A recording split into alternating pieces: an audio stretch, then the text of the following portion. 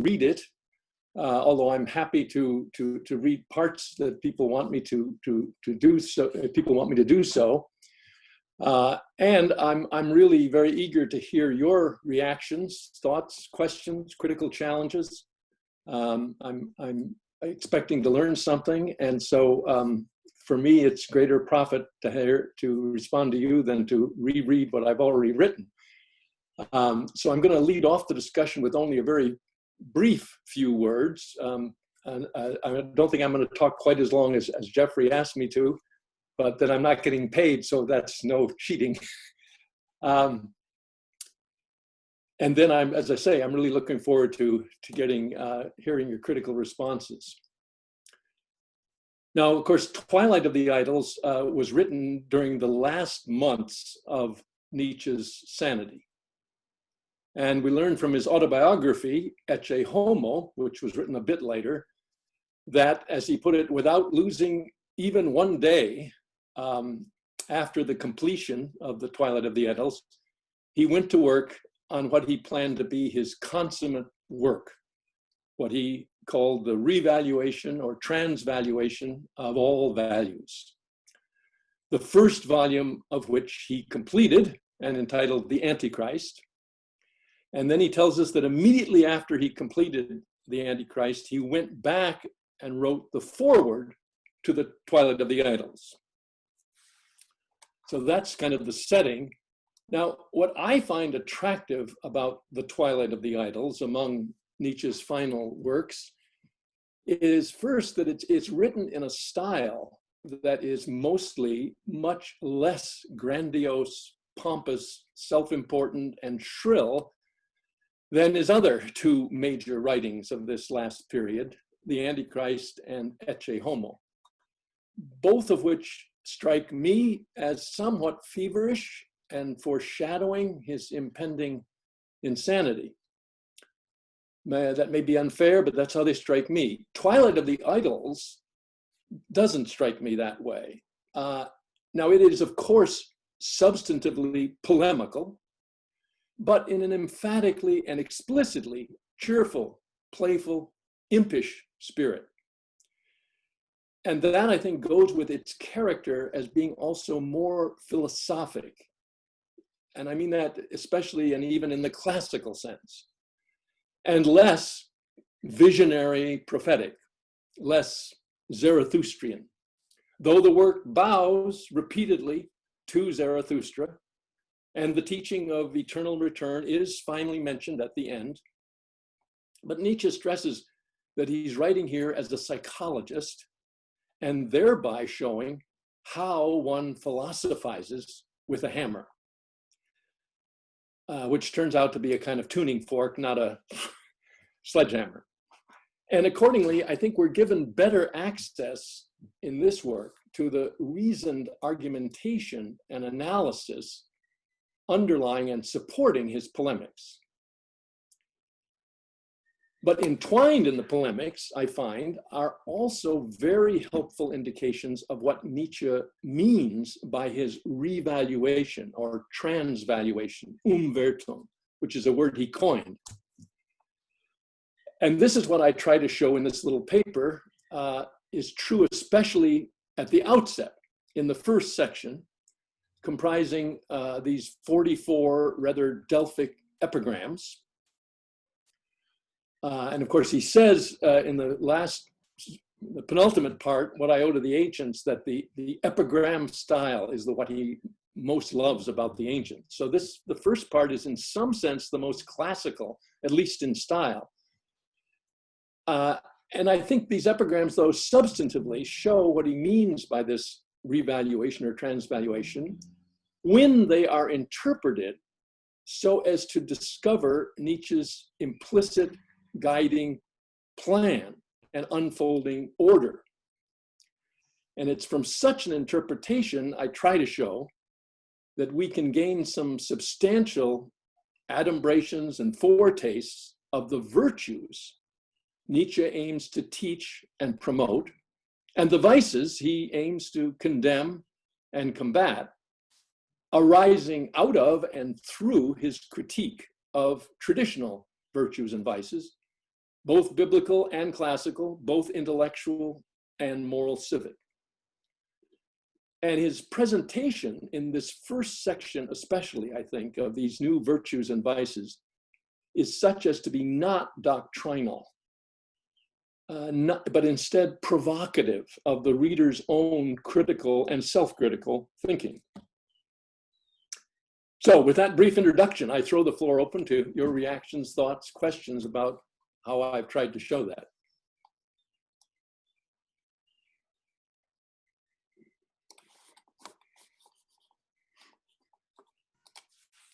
Tom, I'll take the prerogative while people are thinking of their questions and just ask you about the title of it, the section, Maxims and Arrows. It's obviously a playful title, as you suggest in the paper. Any idea why arrows? I mean, what's the purpose of that metaphor in your view? Well, I take it that that's part of the playful war, as he says, that he's declaring and waging, so it's meant to be arrows in a rather aggressive sense.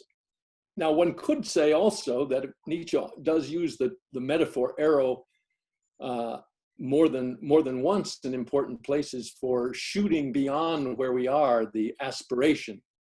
And it's probably that's a secondary connotation maybe here or echo, but it seems to me primarily it's the simpler one of these are arrows aimed at various idols, and most, I think most obviously in the one on Flaubert, where he practically says, I gotcha, so I think that's the way I would tend to take it. Aline, you wanted to get in? You have a question?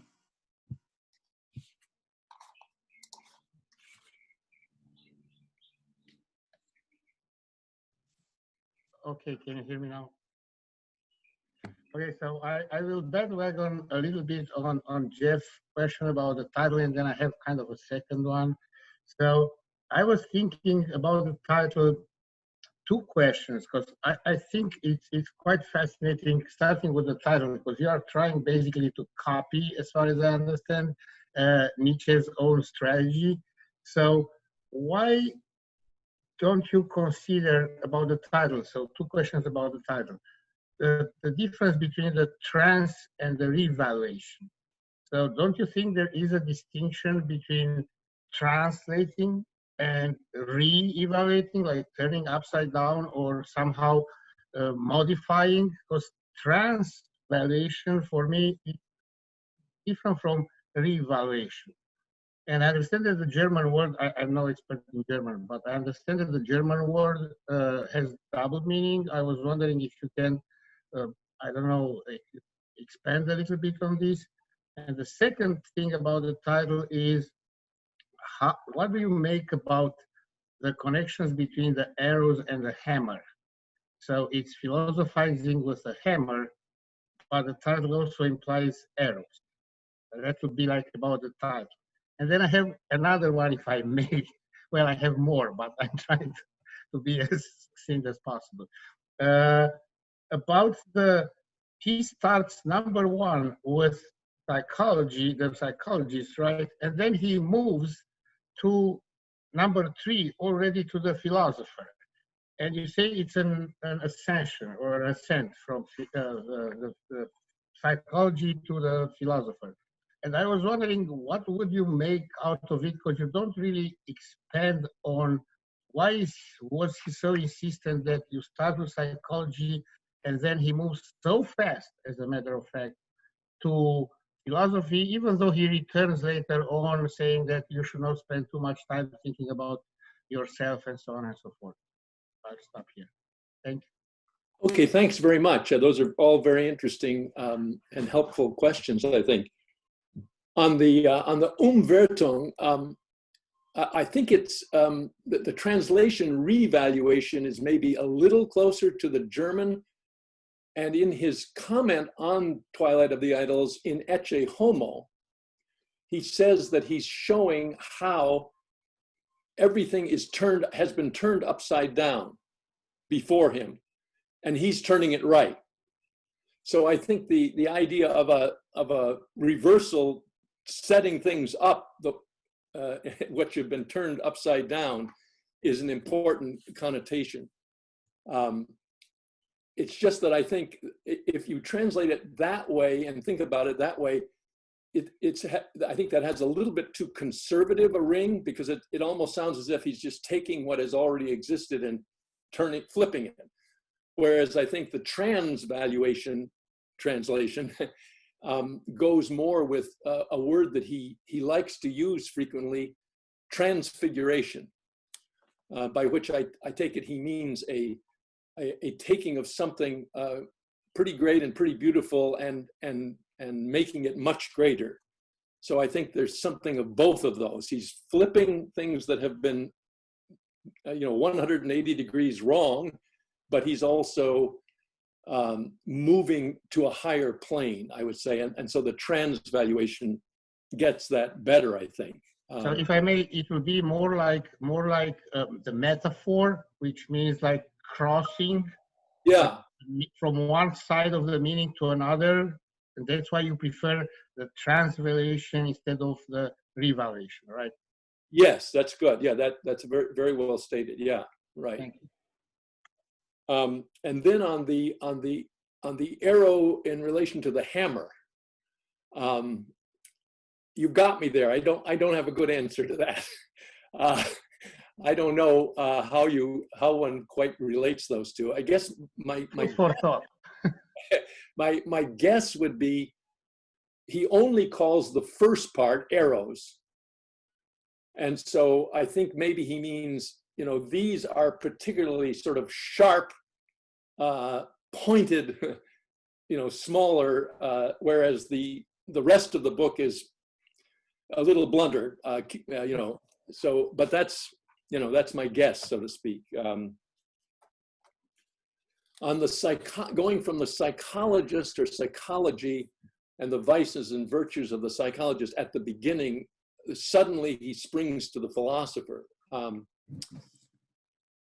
Well, I guess for me, what's most instructive about that is it seems to me he's indicating there, while a philosopher can, and if he really is a full philosopher, will be a psychologist.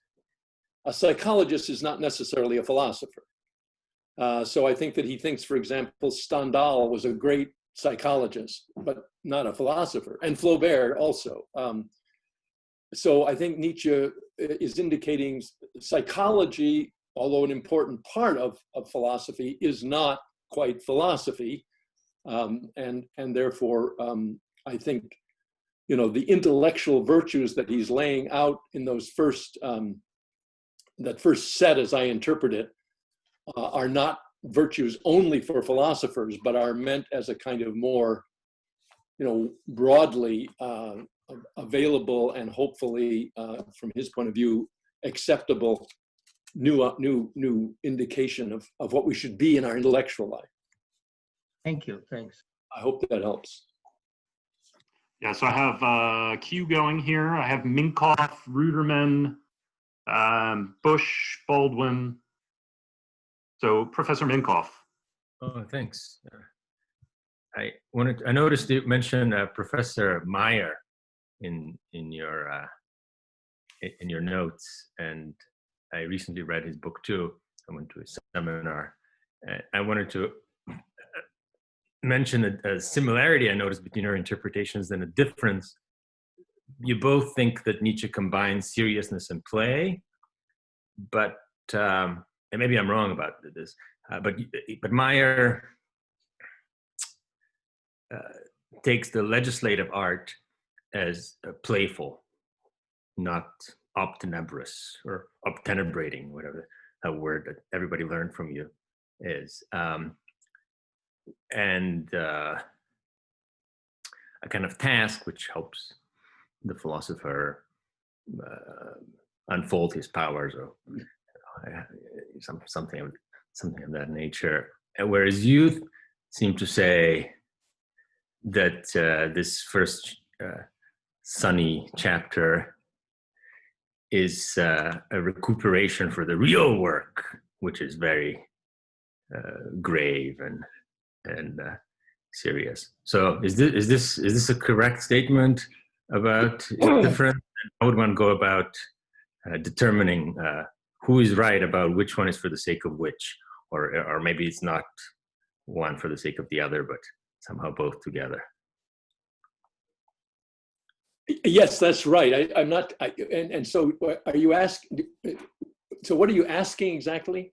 Okay. So, if you agree that that's you disagree with Meyer, you think you think that Nietzsche really wants to legislate, but that's kind of too heavy for him. So sometimes he needs to take a break into what you might call real philosophy, which is somehow lighter. Whereas Meyer says the legislation is not serious, and it's not the real work. And if disagreement about Nietzsche's real work, and then how do we go about deciding who is right? I guess keep reading. Yeah, well, that's right. Professor Meyer and I have I think a very big disagreement over understanding Nietzsche. I think that's true, and it's exactly along the lines that you suggested. And I would just say, it seems to me that from what Nietzsche himself says, especially in this work, what's serious for him is Zarathustra and the revaluation, of values in the Antichrist, and in the work he never got around to completing because of his very sad break. But that's not to deny, and I don't mean to say that he wasn't also, richly philosophic. And so I think I would say, if I were forced to choose among the three alternatives you gave, I would say I think that the two are rather evenly balanced in Nietzsche, that he in a way goes through a kind of, as one interpreter put it, a rhythm of life, whereby he moves from seriousness to playfulness and back, and that those two are, to use a Hegelian formulation, dialectically dependent or interdependent. And I'm not, frankly, I'm not even sure that Nietzsche himself ever entirely decided what was the most important.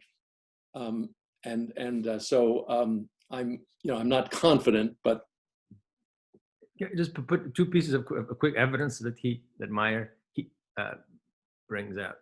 The chapter 7, I think, is the improvers of mankind, and Meyer's reading, at least, that shows that Nietzsche's critical of improvers of mankind, pointing to the passage. I think it's the last chapter of Why I'm So Klug, in Ecce Homo, that he points to as well as suggesting. Now, you can, of course, it all depends on where you place these passages within the architecture of his thought. Yeah, I certainly wouldn't deny that Professor Meyer has some very good arguments and good evidence, and so I think it's his view is certainly to be taken very seriously, and I would not recommend anyone simply accepting my point of view. Thank you. Richard, do you want to come on and just you wrote in the chat, Sure. but if you want to, yeah. Richard's froze. I had been having a couple of sound problems, so I wrote you my question. Can you hear me now? Yes. Can you hear me? I've unmuted. Okay, so I wrote it because I've had some sound problems. If I cut out or something, just give me a choke signal or something, and you can read it. I sent it to Jeffrey, or he could read it. Sure. So, Tom, thank you for your paper. I thought it was magnificent. I learned a lot from it. So my question, though, is about your opening point that Nietzsche sounds out rather than smashing the idols. So he's not doing what Abraham did, the old days, to smash the idols. And I guess the question, therefore, is, so what's the next step beyond sounding out or showing that the idols are hollow? so first, is that a criticism of Abraham? You don't need to smash idols. Just sounding them out, just showing that they're hollow is sufficient? Or was Abraham's strategy inadequate, which is a smashed idol, you will never discover that it was hollow because it's been smashed, so you'd still believe it. So you have to use Nietzsche's much more sophisticated approach. But then obviously the question is, obviously Abraham wanted to replace the hollow idols with the true God. Nietzsche doesn't want to do anything of the sort. He seems to want to put up idols of his own, which he is alerting to the reader all over the place will, of course, also be hollow, but they'll be more beneficial. I mean, that's what the legislation presumably would be designed to do. But how could he himself believe in an idol he knows he created, and why would he expect we would believe in it if he's shown idols are hollow?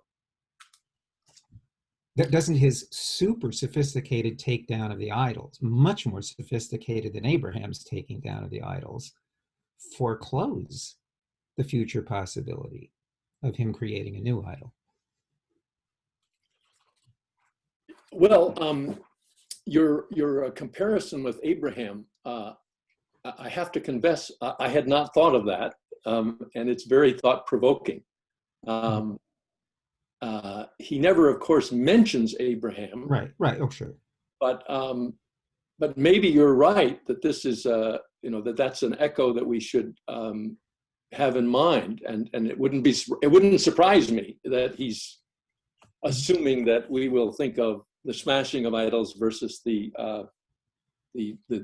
much gentler sounding of idols. But I have to confess, I haven't really thought about that whole possible comparison. So I have to, give me a check on that one.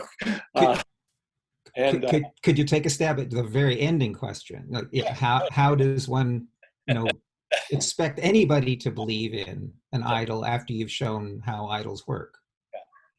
Well, I guess it seems to me that in this work, at least, Nietzsche is indicating that the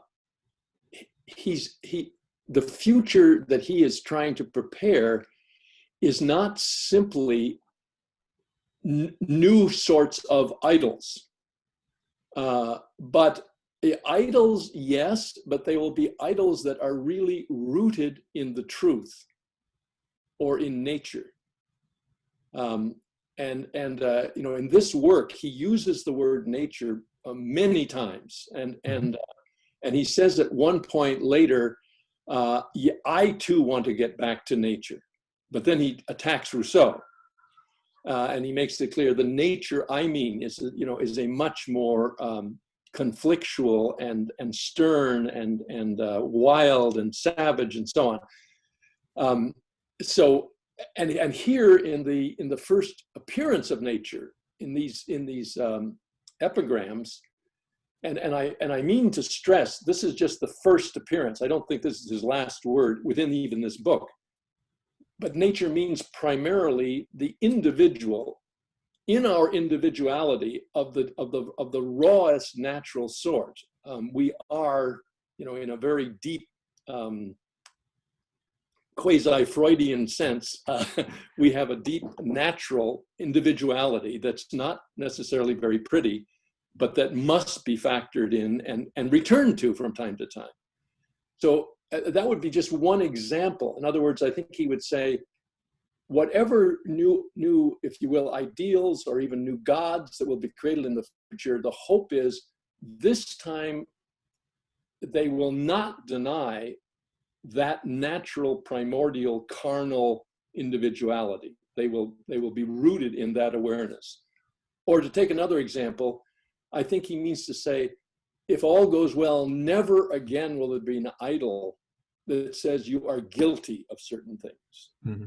That the idols of the future will be guiltless, which doesn't mean, of course, without terrible incentives to self-criticism and self-overcoming, but it won't be self-overcoming that says I was a sinner and so on. So I think he's trying to set a structure, if you will, of future creativity, which is something like what the ancients would call human nature, but it has a much more historical, it's come into being and so on, and it could pass away because the last man could triumph. But if all goes well, I think, he's setting and I would say these virtues that I try to bring out, that he lays out here, would need to be, parts or even foundational parts of any future created values or gods, depending on how you want to talk about what he hopes. Any new tablets, to use the expression in the last part of the Twilight of the Idols, going back to Zarathustra. Does that help?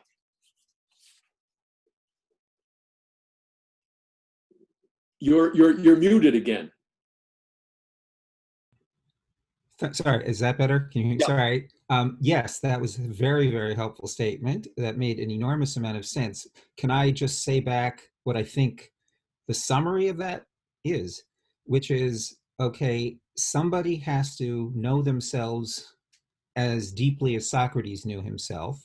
Unfortunately, the self that Socrates knew was a kind of pathetic loser, but the Superman of the future will have a much better self to know. He will then create an idol, which will, because it comes from such rich soil, be a phenomenal idol. But as you say, it will never induce a sense of guiltiness, or, as you also said, a sense of introspection on the part of the believers in that future idol. So to speak, self-knowledge, good for me, but not for thee. Is that right? No, I didn't. The last part I didn't mean. All I meant is, I think he means, as far as I can tell from at least, especially these epigrams, that he's trying to help to create a future in which people will be very introspective. That part of the Christian conscience, I think, right, must be and should be preserved, and it makes people much deeper and sharper in a way than even, say, Plato. He has later in the same book, he says, Plato says with a naivete that would only be possible for a Greek. And, boys are attractive because of what you can spiritually procreate in them. And Nietzsche, we just couldn't. No one can believe that anymore. And so I think that's an example, fair or not, of what he would say. We want a conscience, but a conscience that will never again say to yourself, "I'm guilty. I could have done otherwise." Instead, I think something like a conscience would say, I need to understand why I had to do that. And then to begin to think about, can I change that? Is that part of my fate, or am I fated not to? But, at no point to say, oh, I really could be other than I'm. Another way of putting this, I guess, is Zarathustra's famous imperative, become what thou art. Mm-hmm. Okay, thanks. That's very, very helpful. Appreciate it. Next on the queue, Peter Bush. Thanks. I'm just continuing to chew on this, and the answers to the previous questions also affect what I was thinking of asking. I know that many years ago, Tom, you were interested in the trial revaluation in Zarathustra, where he has a kind of first pass at what the revaluation of values could look like.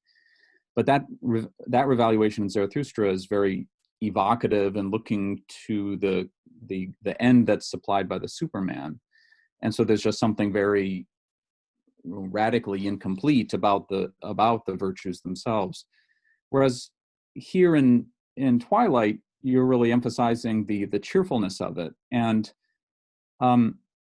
it seems to me that what you're bringing out is a further dimension beyond not only Zarathustra, but also beyond good and evil. Beyond Good and Evil, there's this great restraint, and I wouldn't say overall that you'd say that one would say it's a cheerful book. It has cheerful moments, but it's not. It doesn't have the kind of spirit that you're describing here in Twilight. And so I wonder if you would say that there's a kind of greater self-confidence or a greater completeness, a sufficiency, and perhaps in light of what you said in answer to other questions, even if there is, it could be a kind of moment as he's oscillating back and forth between different possibilities, even in himself, may not be a problem that's been solved or something. But I wonder if it might not help to talk about a particular part of your paper, which we haven't talked about yet, which is his attitude towards women.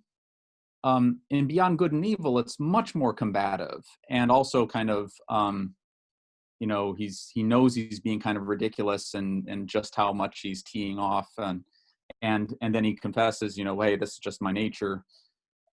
Whereas here it's more subtle, and even I recall from your paper, he sometimes indicates that he himself is kind of mixed up with this in a complicated way, and sometimes he seems like he's one of the women too. If I picked up the indications correctly. And finally, there's a readiness to see women as part of an eternal return, and therefore a reintegration of women with nature.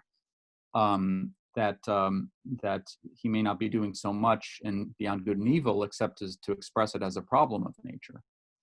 And so, I guess my question overall is: do you think he's turned some kind of corner in Twilight-of-the-Idols so that he can have a greater confidence from which this cheerfulness comes, a happiness from which this cheerfulness comes, or is he still sort of oscillating back and forth between inspiration in Zarathustra and nature and Beyond Good and Evil, but ultimately it's nature as a problem, and it's hard to be that cheerful when you're in the racked by that.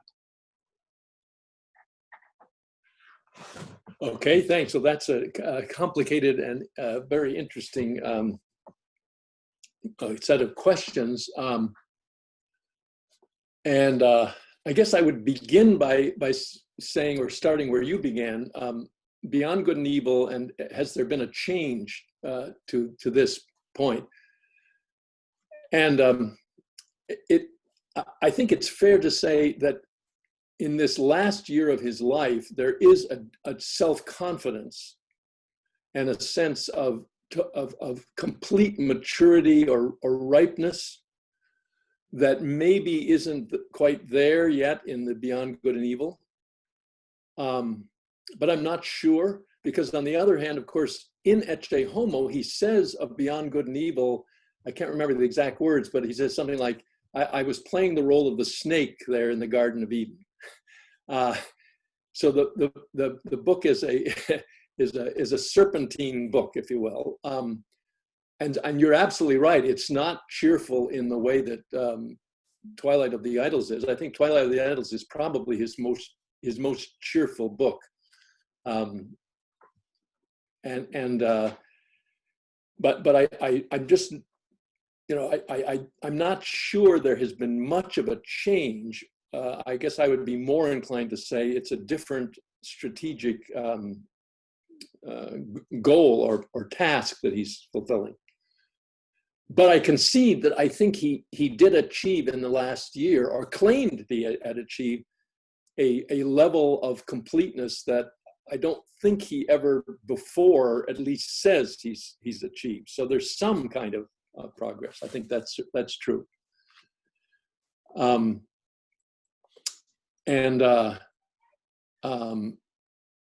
about women, this is the part of Nietzsche that I find personally most distasteful, and so and even here I think it's as I said, it's misogyny. I think I think to his credit, he does indicate that he knows there's something indefensible would be too strong a word, but there's something of that is problematic problematically individual about his knowledge of women. And that's why I took very seriously the fact that twice he interrupts the attack on women to direct very acute challenges to himself, the kinds that some psychologists would ask him. And it seems to me he's indicating, I know, he's saying in effect, I know, you're going to say that you must have a problem with women. I know that's there. Okay. So I think he means to say, I have factored that in. But I would also say that unfortunately, I think he's still very serious in his critique. So I didn't mean to say that he ever thinks that he's going to become a woman or womanly.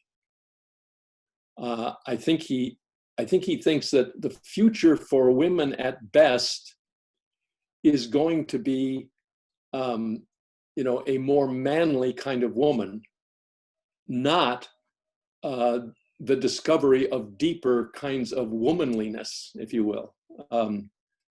I could be wrong about that. I mean, I don't pretend to fully understand, why and how he has the negative view of women that he has. But I don't think he means to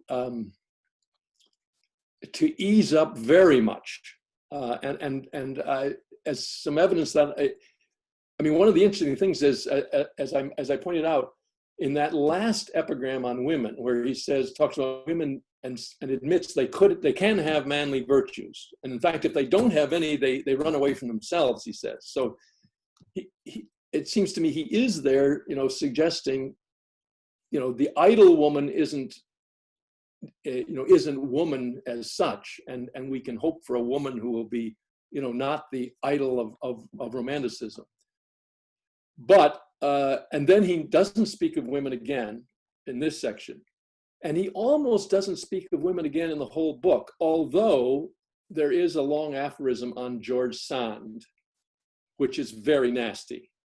And so it's still there. It's just that it isn't, a big part of the book, thank goodness. Good, thanks. And next is Christopher Baldwin. Let me say to everyone, there's a number of people on the queue. So if you could keep your question as short as possible. Thanks. So Chris Baldwin. Thank you, and thanks for your paper, Tom. It was very thought-provoking and helpful in trying to make some sense or bring some order to the seeming chaos of that opening section, and it prompted some thoughts about the plan of Twilight of the Idols in general, and maybe sort of Nietzsche's project of revaluation sort of more broadly, that particularly this sort of question that you sort of spoke about in response to Richard's question about what exactly is the relationship in Nietzsche's thought and his project of revaluation between nature and what is natural and conforming to nature, what is historically contingent or historically developing in his sort of project of revaluing values, and what is deeply sort of personal and subjective.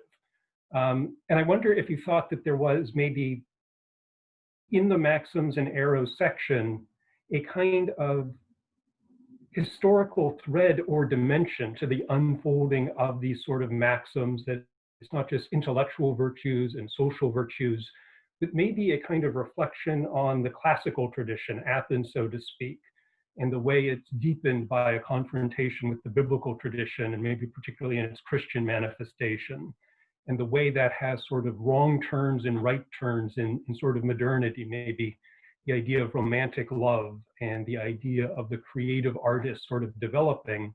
And I wonder if you thought that this section maybe sort of shows in a very sort of enigmatic and cryptic and very personal and therefore Nietzschean way, kind of Nietzsche's reflections on and kind of conscientious confrontation with the Western tradition and what it means for him, that he maybe expands upon and develops in the rest of Twilight of the Idols, where he sort of ends with sort of the section on philosophizing with a hammer is almost a sort of a challenge, it seems, to his brothers, who are going to sort of follow in his footsteps, but also maybe sort of trod their own path.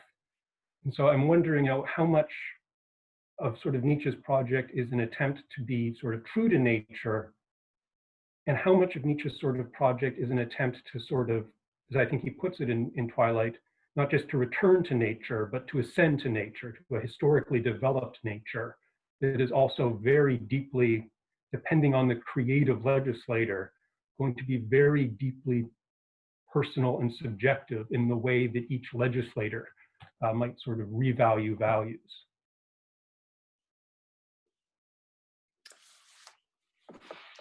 Yeah, okay.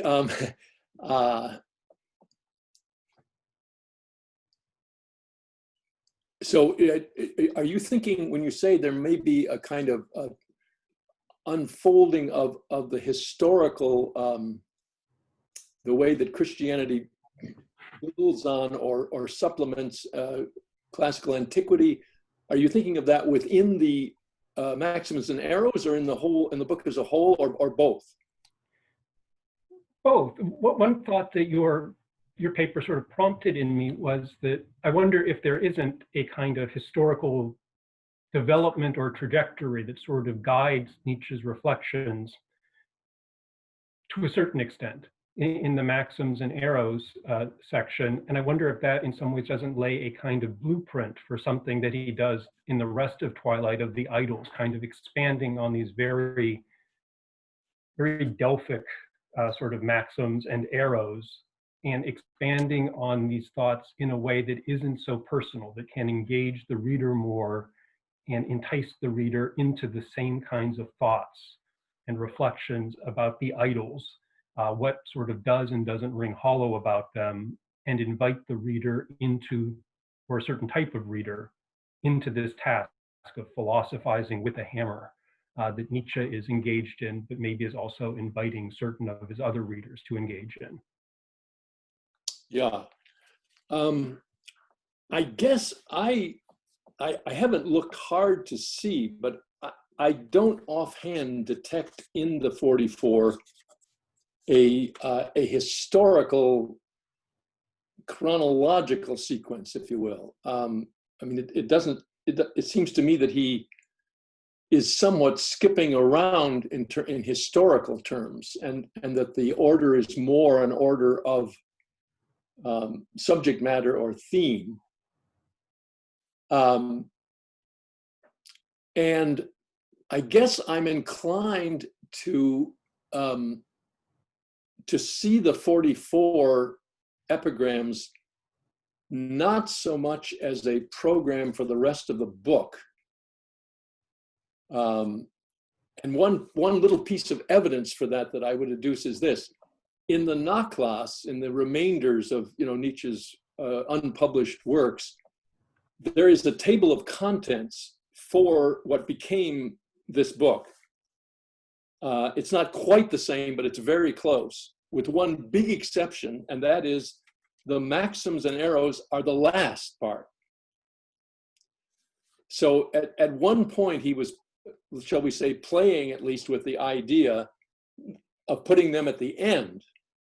And instead he decided, no, I'll start with them. But I think that would indicate that these are, that would seem to indicate these are not anything like a table of contents, a prospective. They could almost just as well be retrospective. So I'm inclined to think they're somewhat set apart. And he decided,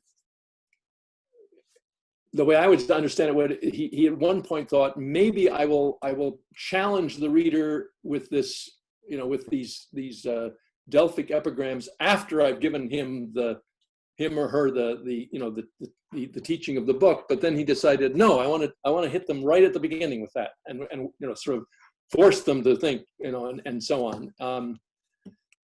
But it could have gone the other way, it looks like. Next is Alexander Habighorst. Hi, thank you, Dr. Pangle, for your paper. Really, when you were speaking earlier about the classical form of the maxims, that immediately drew me to maxim number 8, what does not destroy me, makes one stronger. And it reminded me some of his earliest work, his discussion of the polis and in Homer's contest and the role of competition and contest and how they relate to the Greek life. And in what way do you think he sort of, if he does at all, bring this into its maturity here in Twilight of the Idols? Thank you. Yeah, no, I think that's a good point, and I think he does very much mean to do that. I think, yeah. Later on in the work, The Twilight of the Idols, he elaborates more on the virtue of war or virtues of war, and he gives some very concrete indications of what individuals he wants us to look to get some examples, foreshadowings of what he's trying to bring about. And the one he celebrates the most is Cesar Borgia. And that's the one place where he says, now there is a kind of Superman, he says.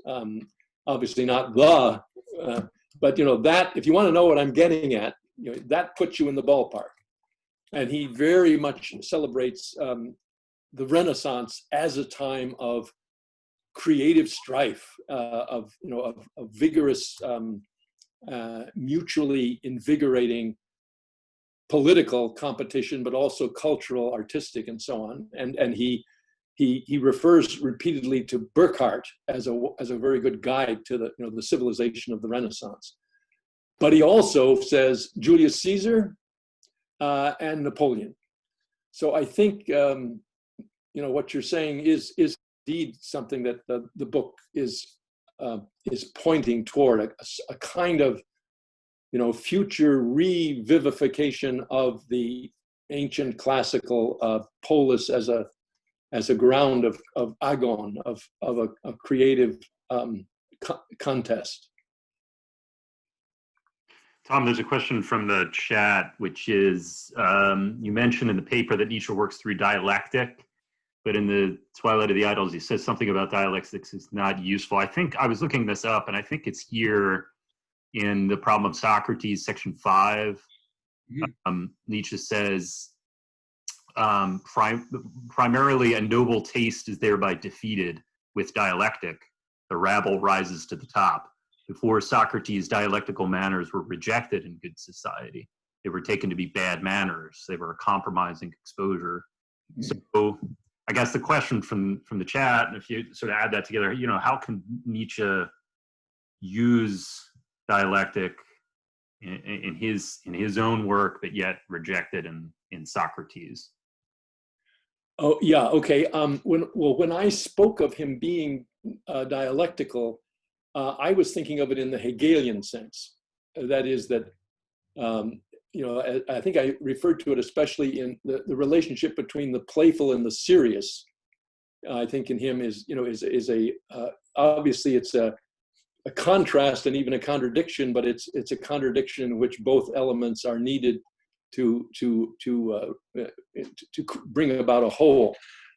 Whereas Socratic dialectic, as you read, Jeff, he very severely attacks in this work, and I think he means the attack to be pretty serious. As far as I can see, he does not really understand what Socrates was up to in the dialectic, and he interprets it as just a form of the Greek agon, another way to try to carry out a kind of gymnastics of the spirit, which Socrates brought about in order to try to rescue the dying and decaying Greek culture, which had lost its most healthy version of that kind of agonistic conflict. And I don't think that's what Socrates was up to at all. So, Kaishuo Chen. Hi, Professor Pangle. Thank you for your wonderful exposition of the work. My question is, so since this belongs to, you can say, the late stage of Nietzsche's career, can we find in this opening section any radical new thought that was never found in earlier works of his? Anything that really signals a new direction in Nietzsche? Thank you. No. I'm sure that requires qualifications, but my instinctive answer would be I don't think, there's nothing like a big new step like the will to power or eternal return, or I think he's much more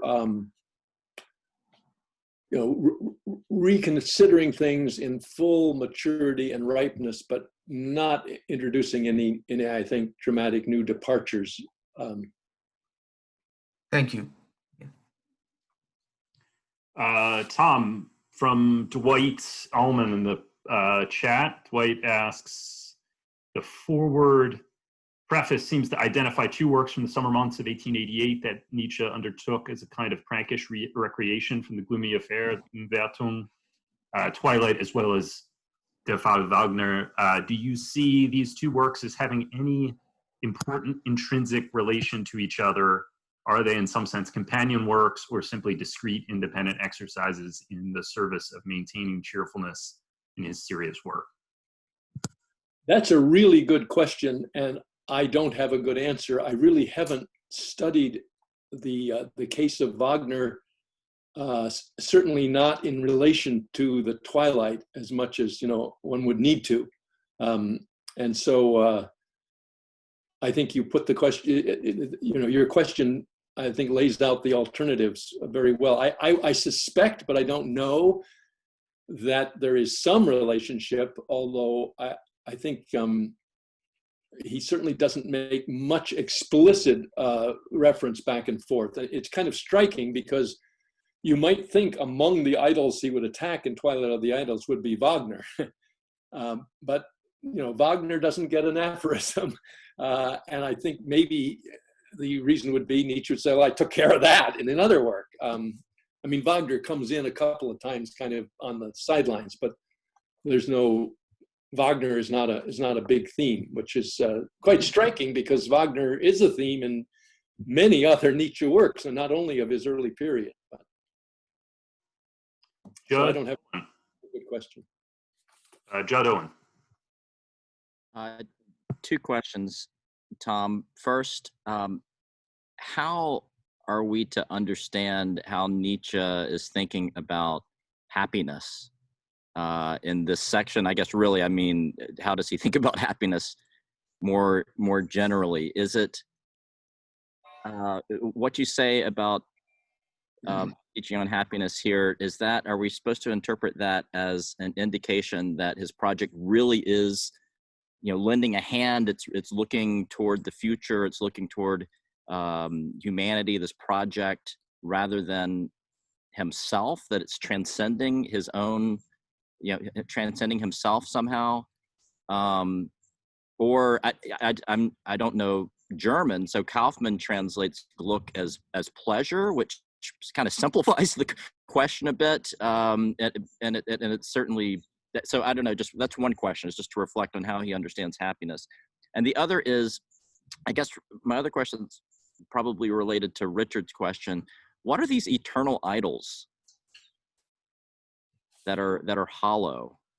I guess I imagine him wanting to transcend them, overcome them, get past them, but then of course they're not eternal. So I'm just perplexed by that. Okay, let me take the second one first, if I may.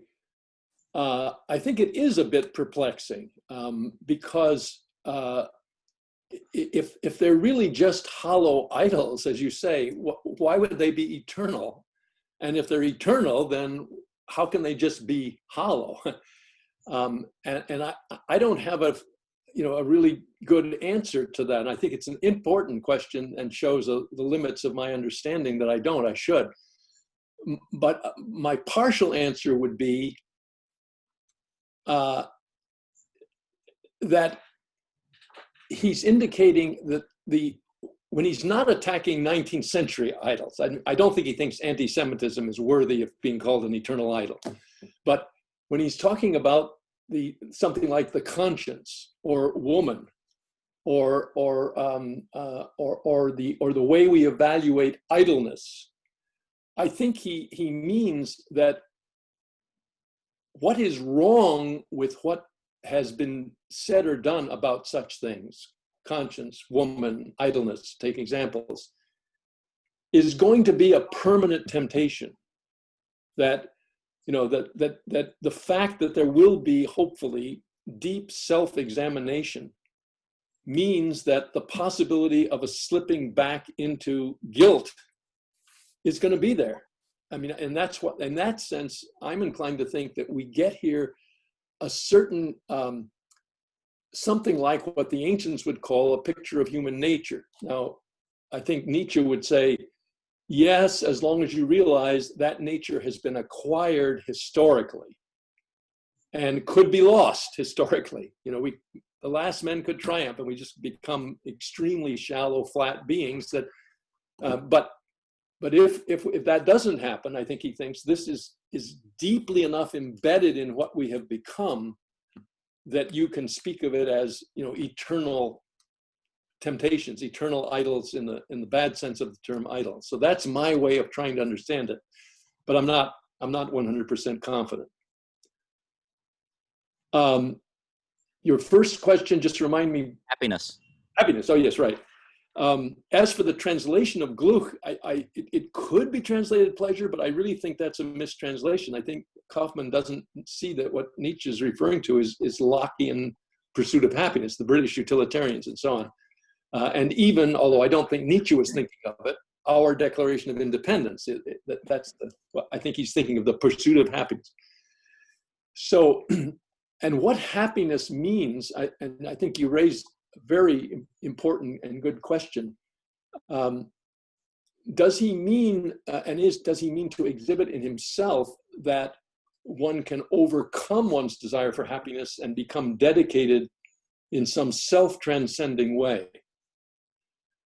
And it seems to me that he means no, that whole way of thinking, that we can really give up on happiness or overcome our desire for happiness and really sacrifice our concern for our own flourishing is a terrible mistake. It's one of the idols.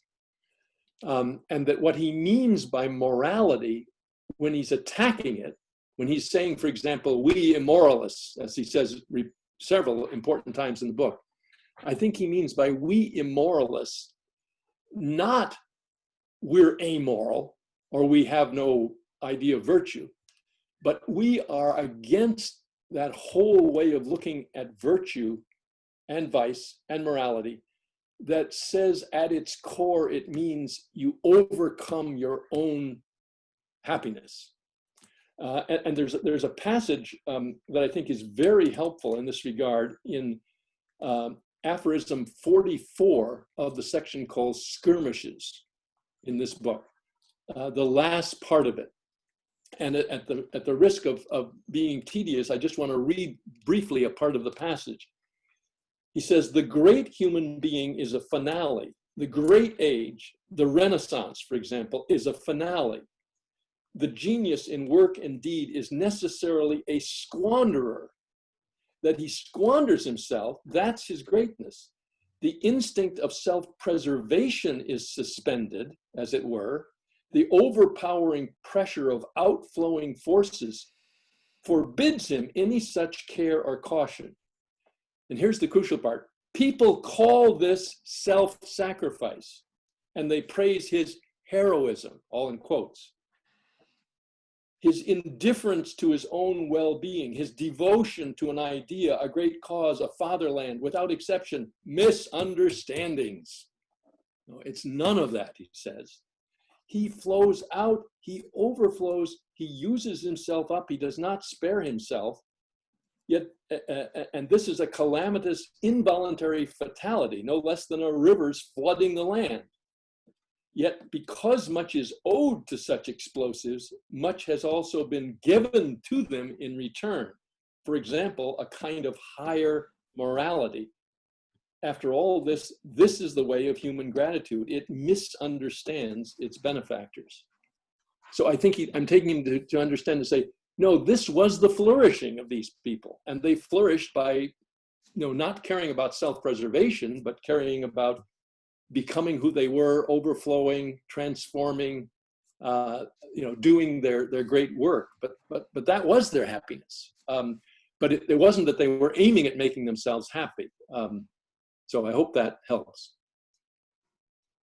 Next up is Shalini. Thanks. I really enjoyed the paper. I just had two quick questions relating to Zarathustra, the text of Thus Spoke Zarathustra, and how it relates to Twilight of the Idols and your reading. First of all, I was just curious, like I see Zarathustra himself as moving in and out of engagement and conflict and needing to recuperate periodically. And I know you sort of in your answers talked about how Zarathustra, the work Zarathustra is a more serious work in a way. And so I was just wondering whether the prophet Zarathustra's mode of recuperation in the work Thus Spoke Zarathustra is different from the mode of recuperation that I think you're attributing to Nietzsche in Twilight of the Idols. And I was just wondering what the differences might be. And then my second question about Thus Spoke Zarathustra, it may not be. It's just I was very struck by your comment that there was only one reference to nature in the text of Thus Spoke Zarathustra, and I found that sort of I hadn't noticed that, and I found that kind of surprising because it's one text where I would expect a lot of reference to nature, and there's just so much going on, and you have all these ecological readings of Thus Spoke Zarathustra now as well, and so I just was wondering if you could comment on that. If possible. It may not be a fair question. Thank you. Oh, those are both very good questions. And your first question is a hard one, and it's a good one, but a hard one. I would say, sort of somewhat tentatively or provisionally, it does seem to me that Nietzsche's mode of recuperation here is quite different from Zarathustra's. It seems to me that Zarathustra is never as lighthearted, never as playful, never as liberated, if you will, as Nietzsche seems here, and never as philosophic, I would say. I think, I'm inclined to think that Zarathustra as a figure presented by Nietzsche is not by Nietzsche meant to be a true and complete philosopher. And that's why the word philosophy doesn't appear. And I would say that's the main reason why nature only appears once in a kind of a dismissive way. I think, so I think that Zarathustra is higher in rank as a creative, visionary, prophetic figure, but lower in rank as a thinker, as one who sees the truth about things, as one who has philosophic insights. Now, there are various things in Nietzsche that go against that, and I don't say that as that I'm absolutely sure about that, but that would be the kind of direction I would go in. Jamie asks in the chat, I'm curious about the artist and the philosopher. How does the dichotomy between a will-imposed meaning versus a will-discovered meaning facilitate the philosopher-artist split? And what are we to make of Nietzsche's echo of the Phaedo in this split? Yeah,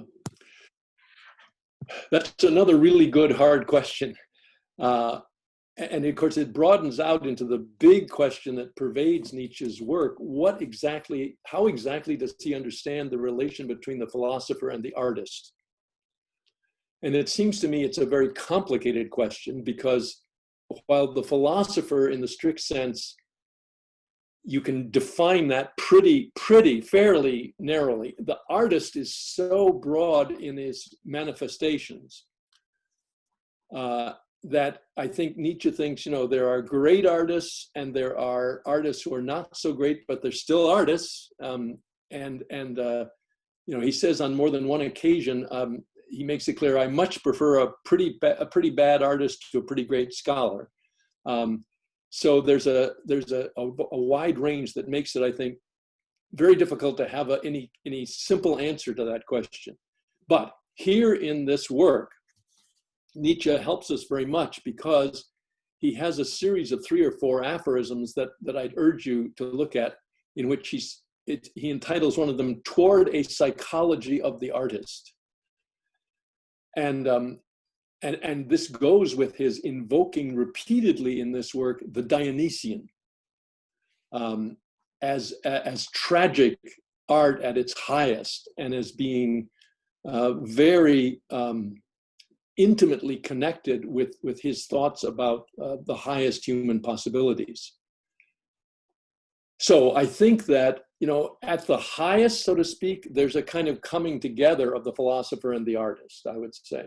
And in that, of course, he's reminiscent of Plato, one could say, that to be truly a philosopher, one has to have artistic gifts and expressions. The other, I don't think, is so true. I think he thinks you can be a very great artist. The greatest example, I think, for him would be Goethe, who he celebrates very much later in this work as a magnificent example of the Dionysian and so on. But I think he makes it clear, but he was not a philosopher. He was, very great, very wise. But he says, he says 2 things about him. He was anti-historical, and he never understood the Greeks. So very severe reservations, and I think indicate, Goethe is a very, very great figure, but not really quite a philosopher.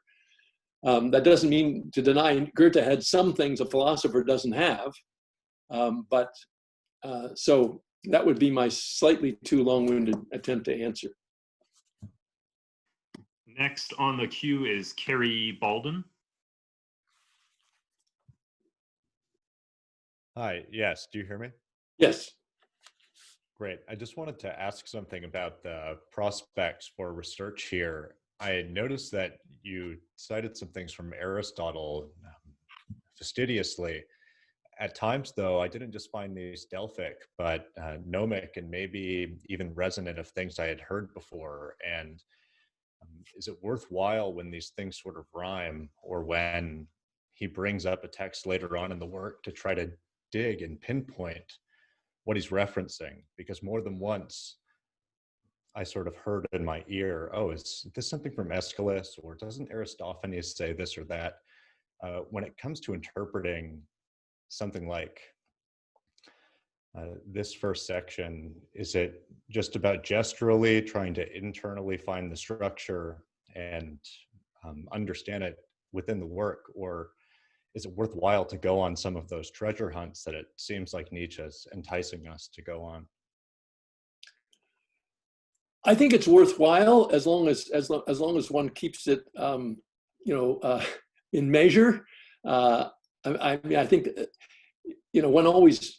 I think it's hard to know, how far afield to go with one of these. Like he, for example, in the 3rd item, he obviously is referring to Aristotle's famous statement in the Politics. However, industrious German scholars have dug into this, and there's an argument been made by a scholar that actually he didn't read the Politics, but he read a textbook about Greek philosophy which quoted this, and maybe that's where he got it, because that textbook was in his library. And I would be more inclined to, assume Nietzsche at some point in his life did read the Politics of Aristotle, but one never knows, right? I mean, it is true that Nietzsche often refers to authors and even books that he has not read much of, and he tends to go with his gut, and he's often very good in that way, and sometimes what he says is very off because he didn't read the whole book and so on.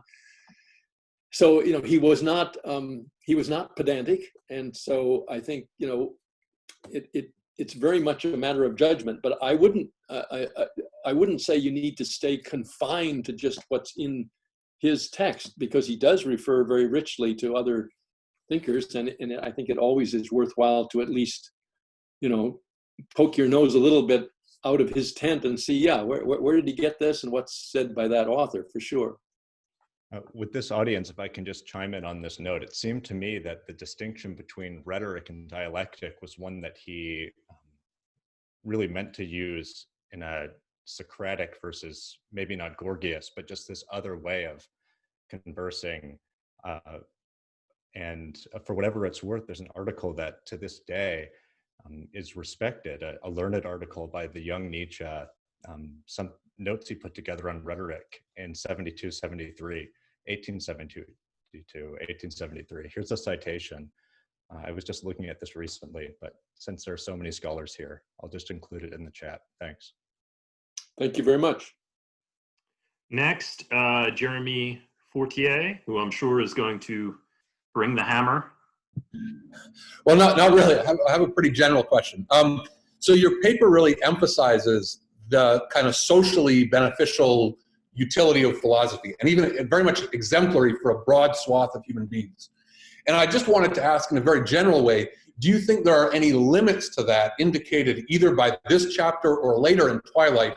Because I think you go pretty, not that it's wrong, but you go pretty far in stressing the sort of beneficial, exemplary nature of philosophy for a lot of people.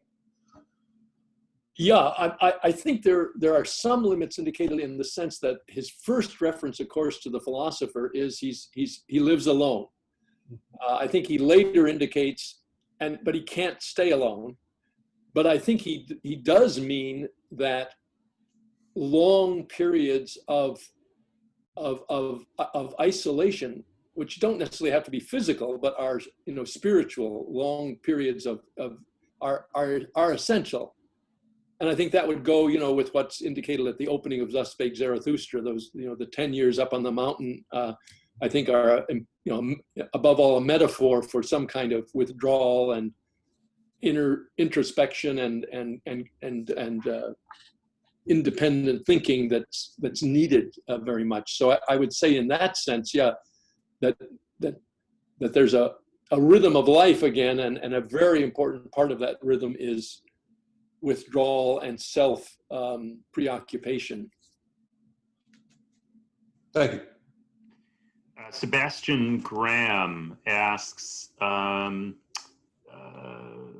you seem to make a distinction between a creative philosopher and one of faith from your page 14 of your paper. If this is correct, would Nietzsche say Plato was ultimately a philosopher of faith, insofar as Plato fell for the lie of Socrates regarding reason?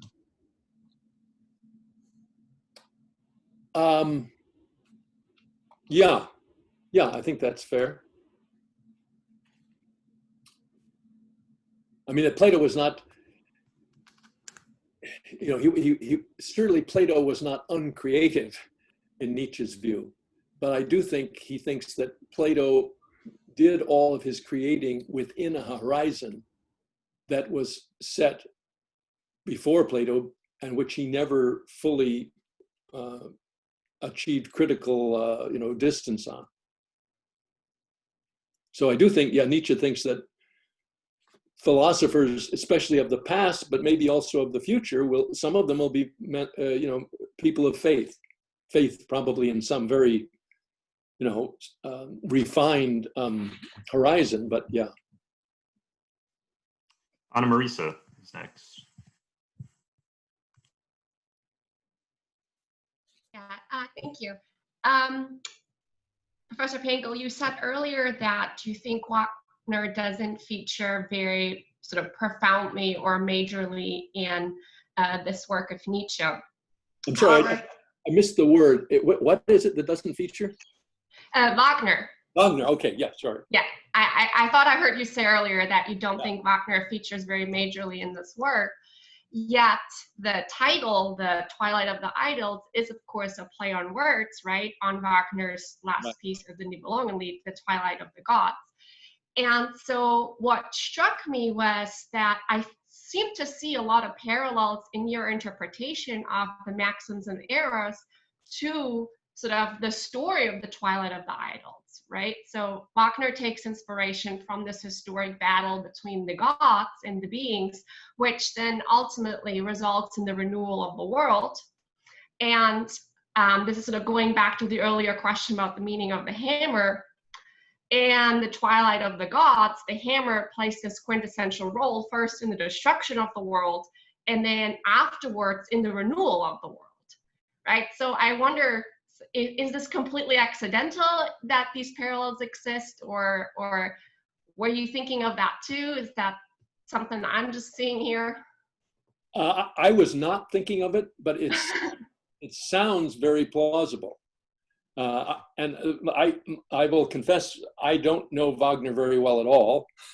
And so that sounds really interesting as a line of thought and interpretation.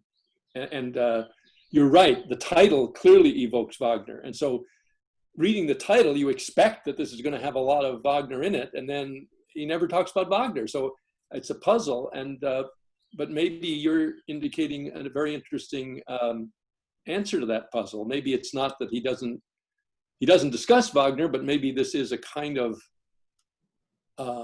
anti-Wagner framework. That's very interesting. Right? I think that, I would say, follow that up. All right, thank you. Martin Sitta, I would like to return to the question of the relation of psychology and philosophy in Nietzsche. Why, for example, Nietzsche stresses the psyches of philosophers as much or more than their arguments? This be due to his perspectivism. Well, or just a small variation on that. I mean, he seems to say, it's not so much that previous philosophers were wrong, but that they were decadent, for example. Or, he goes back to, their psyches. And he does this repeatedly in various formats. And I was wondering whether you think this, what the reason for that is in Nietzsche. A suggestion was that since he seems to think that we read things into our experience, we interpret them rather than there just being a truth out there which we seek, whether that makes it much more important why we think what we think, as opposed to just what we think what we think. Yes, I think that what you say is correct. I would just add that Nietzsche, I think he is a great psychologist of the unconscious, and does seriously think, I believe, that we are in very large measure moved and driven by subconscious spiritual emotions, so to speak. And in that, I think, he is very close to Freud, and Freud expressed a great indebtedness to him, and also a certain, I think there's a famous statement of Freud: if I hadn't stopped reading Nietzsche, I would never have been able to become Freud. I would have just become a Nietzschean.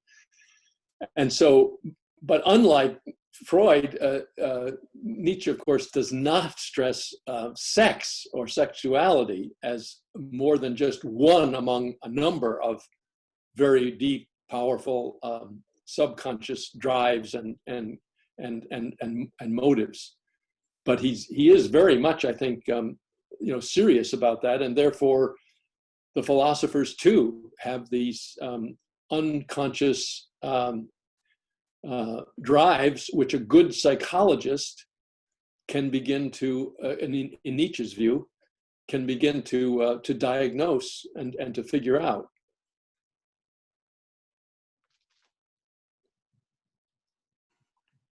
Okay, we're coming up to 3:30 when I'd really like to stop. Does anybody else have anybody who didn't came to the end of the queue? If not, Aline has one more question, but in case anybody else wants to jump in here before the end.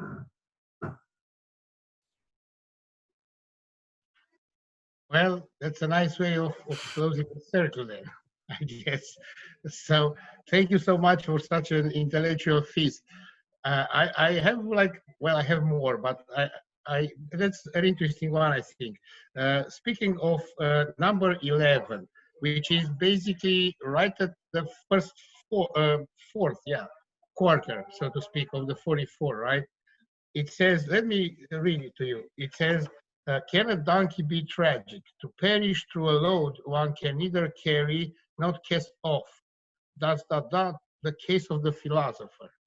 So I was thinking, speaking of transvaluation, by the way, so Jesus enters into Jerusalem on a donkey, riding a donkey, to be hailed as Messiah, only to be crucified like 3 days later. So can we think about the philosopher as, since the philosopher appears for Nietzsche to be the donkey, is the donkey that carries itself, so itself, I don't know even how to put it. So both the donkey and Jesus wrapped in one that will be hailed as Messiah, but then will be eventually killed like the donkey. Tragic. Yeah, but of course, I think, isn't Nietzsche saying here that this is not tragic? That, you know, see, I take him to be saying, how can a donkey be tragic? And yet he's, you know, rather wryly saying, that's the case of the philosopher with the burden of what becomes, I think he means eventually the burden of the solitude that he stressed earlier. But that's my interpretation. I'm not, I wouldn't insist on it. I don't think he's thinking of Jesus here at this point. I could be wrong. Okay, thank you. In a spirit of playfulness. Thanks a lot. Yeah, Tom, I thought this was just such a great start to our seminar series this year. And I want to reiterate yet again how thankful I am for you kicking us off. And I haven't heard many rounds of applause on Zoom, but I don't see any reason why we can't do it. So Well, I appreciate all the challenging questions. And it's been very instructive for me and very helpful. So thanks.